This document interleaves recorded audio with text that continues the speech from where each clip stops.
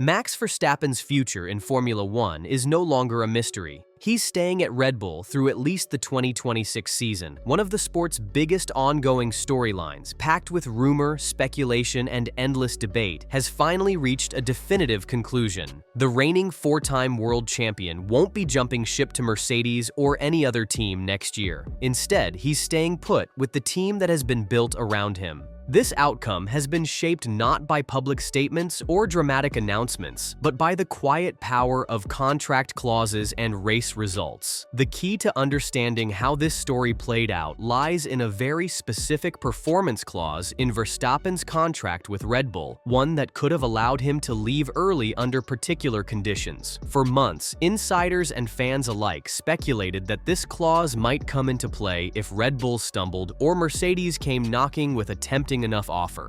But that clause was always conditional. Verstappen needed to be outside the top three in the championship standings by the summer break for it to be triggered. Heading into the Belgian Grand Prix, that was still a possibility. George Russell, Mercedes' lead man in this chase, was only 18 points behind Verstappen in the standings. A strong weekend for Russell combined with a setback for Verstappen could have changed the landscape completely. Instead, Verstappen turned on the jets when it mattered most. He won the Saturday sprint race and followed it up with a strong run to fourth place in the main Grand Prix on Sunday. Russell, by contrast, only managed fifth. The result?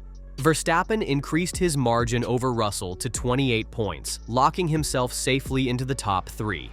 Even if he scores nothing in Hungary and Russell wins, the math won't change. The clause is now effectively dead. Verstappen is locked in.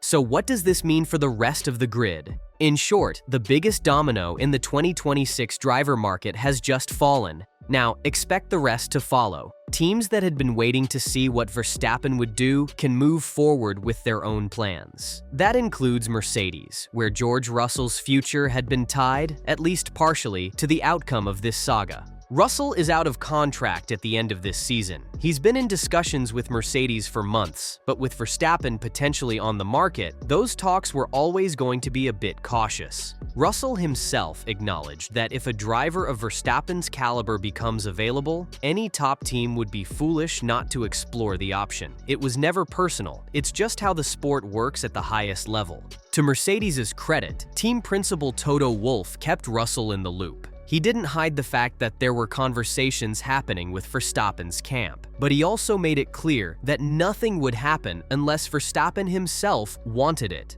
And now, we know he doesn't. With that clarity, expect Russell's contract extension to be finalized quickly. The path is clear. But that doesn't mean Mercedes' 2026 lineup is set in stone just yet. The other seat, currently occupied by Kimi Antonelli, is still a major talking point. Antonelli, the highly touted rookie, has shown flashes of potential, but also some very raw edges. His recent performances have raised eyebrows inside and outside the team. His dramatic spin during sprint qualifying in Belgium was just the latest in a string of errors that suggest he might need more time before being fully ready for the pressures of a factory Mercedes seat. There had been growing speculation that Mercedes might loan Antonelli to another team in 2026 to give him a development year. Alpine, which is set to become a customer Mercedes team starting in 2026, was the most likely destination.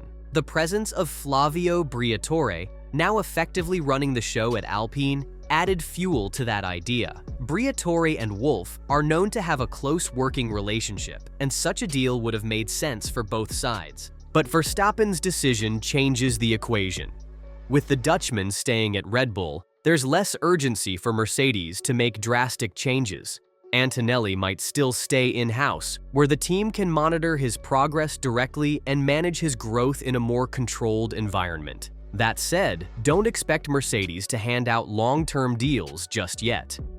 Wolff is known for playing the long game. He'll want to keep his options open for 2027, just in case Verstappen becomes available again.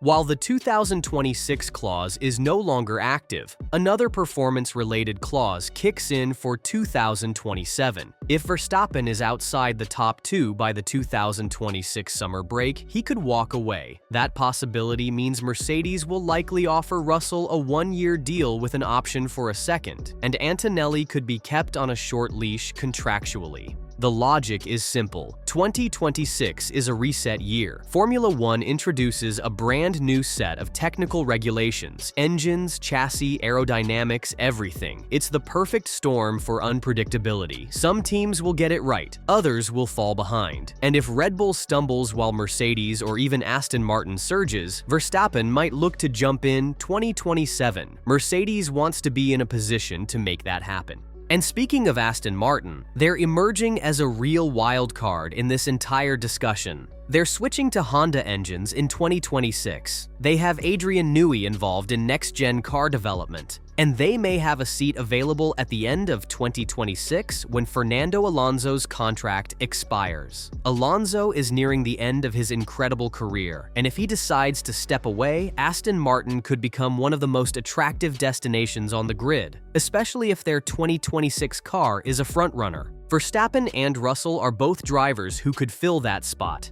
Neither would be a surprise. And with the 2027 silly season already starting to take shape in the minds of team bosses, every decision made now will affect those moves later.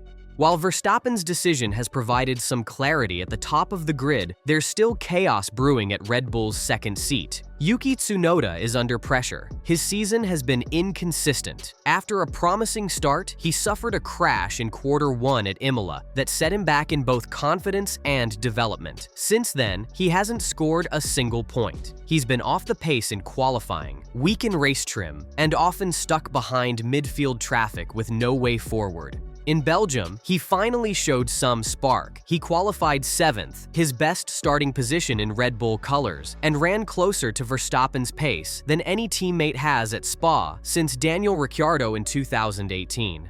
But the race didn't go his way. A miscommunication from the team about when to pit likely cost him a chance at a top 10 finish. Still, there were signs of progress. One big development in Belgium was the floor update. Tsunoda was finally given the same floor specification as Verstappen during the sprint weekend. For much of the season, there had been murmurs that Tsunoda wasn't always getting the latest hardware. That changed in Spa, and while team boss Laurent Mekies downplayed the timing, the message was clear. Tsunoda is being given the tools. Now he has to deliver. If he doesn't, Red Bull has backup plans ready. Isaac Hadjar is widely seen as the frontrunner to step up if Tsunoda is moved aside. The team is also eyeing a potential debut for Arvid Lindblad, possibly through the Racing Bulls program. With Helmut Marko still wielding significant influence, particularly following Christian Horner's departure, a bold driver reshuffle isn't out of the question. Marko has always had a taste for high-risk, high-reward decisions when it comes to young talent. Tsunoda knows what's at stake. The next few races will determine whether he stays in the big leagues or becomes another footnote in Red Bull's ruthless driver development story. As for Verstappen, the message from him remains consistent. He wants the fastest car. Nothing else matters. Not the paycheck, not the team branding, not even the history, just performance. Mekies understands that dynamic. He's said that as long as Red Bull continues building championship-winning machinery, Verstappen will stay loyal. And for now, that's exactly what they've done. Red Bull's star driver isn't going anywhere in 2026, but don't think this story is over. It's just heading into the next chapter. Verstappen is watching, the teams are watching, and 2027 is already on the horizon.